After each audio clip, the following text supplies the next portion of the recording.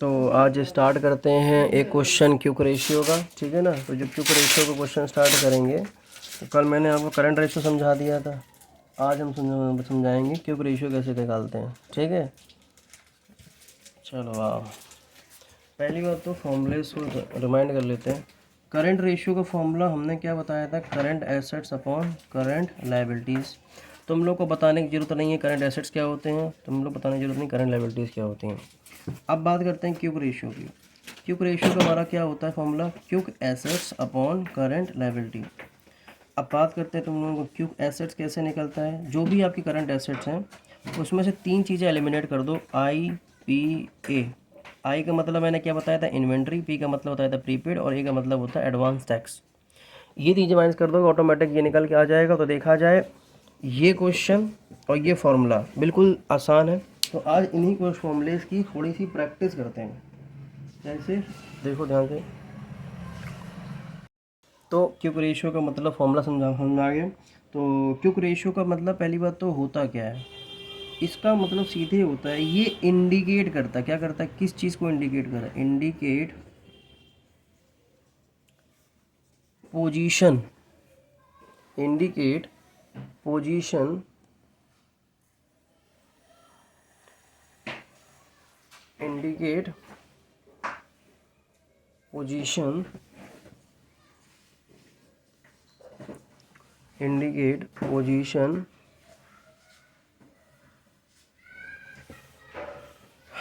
Of firm, कि भाई साहब फर्म की पोजीशन क्या है, किससे रिलेटेड। भाई पोजीशन तो बात समझ में आ गया, किससे रिलेटेड, पे करने की। अरे फिर वही बोली बात, पे क्या पे करना है, करंट लायबिलिटी की non current liabilities, current liabilities, current liabilities. दो बातें हैं, with in a month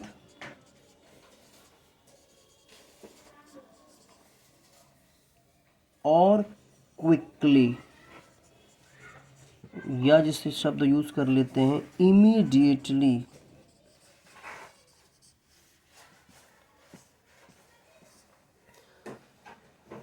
quick ratio का बस यही एक मकसद होता निकालने का, कि भैया हमें क्या कंपनी इस पोजीशन में है, फर्म लिखा है कंपनी, कंपनी इस पोजीशन में कि क्या अपनी करंट लायबिलिटीज़ को पे कर सकता है, लेकिन वो करंट लायबिलिटी जो एक महीने के अंदर या तुरंत के तुरंत पेमेंट करना हो, यहाँ साल का भी झंझट नहीं है।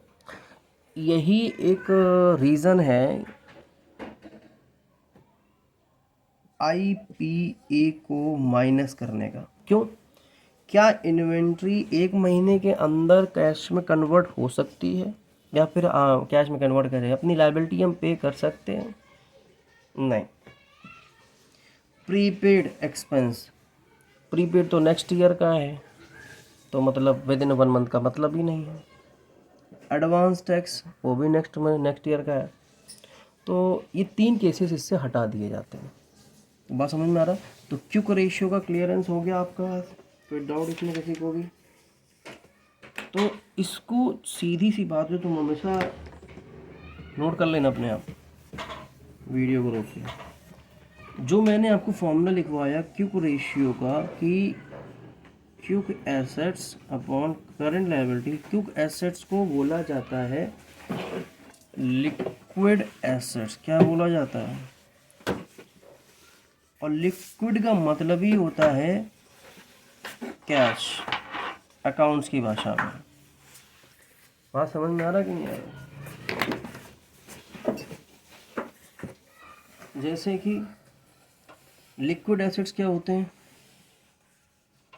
थोड़ा सा समझते हैं।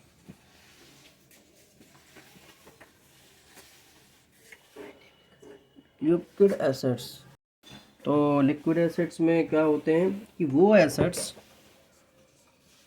एज लिक्विड एसेट्स वो एसेट्स होते हैं जो कन्वर्ट हो जाएं इनटू कैश में। किस में कन्वर्ट हो जाएं, कैश में कन्वर्ट हो जाएं वेरी शॉर्टली। तो सीधी सी अगर बात करें तो इमीडिएटली बात करी जाएगी। तो इन्होंने बोल दिया कि सारे करंट एसेट्स हमारे होते हैं, लेकिन एक्सेप्ट हमने कौन कौन से ले लिए, इन्वेंट्रीज, प्रीपेड, ये लिक्विड एसेट्स में इंक्लूडेड होते हैं, तो इनको एक्सेप्ट मतलब क्या कहते हैं, इनको हटा दिया जाता है। Inventory excluded from the liquid because it has been sold. ये देखो, अब इसका मतलब लिख लो जरा, sold before it converted into cash। क्या मतलब हो गया?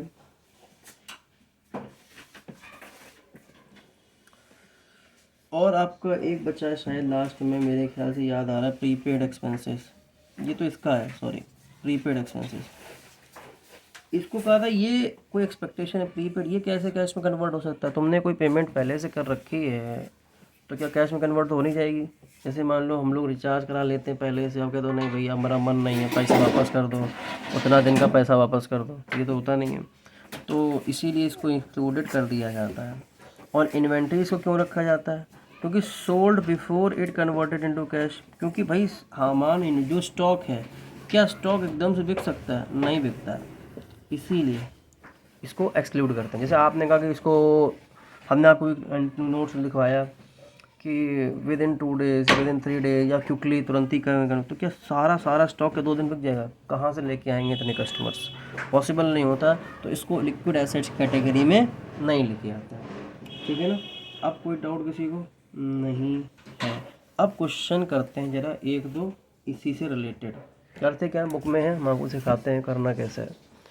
जैसे ये क्वेश्चन दिया है, थोड़ा सा देखते हैं, थोड़ा सा जूम करते हैं, बस मज़ा आ गया।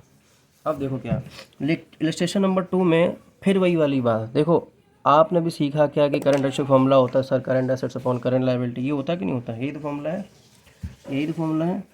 फॉर्मूला में आउटलाइनिंग कर दूं, एक फॉर्मूला ये है और एक क्यूक रेशियो का फॉर्मूला ये है।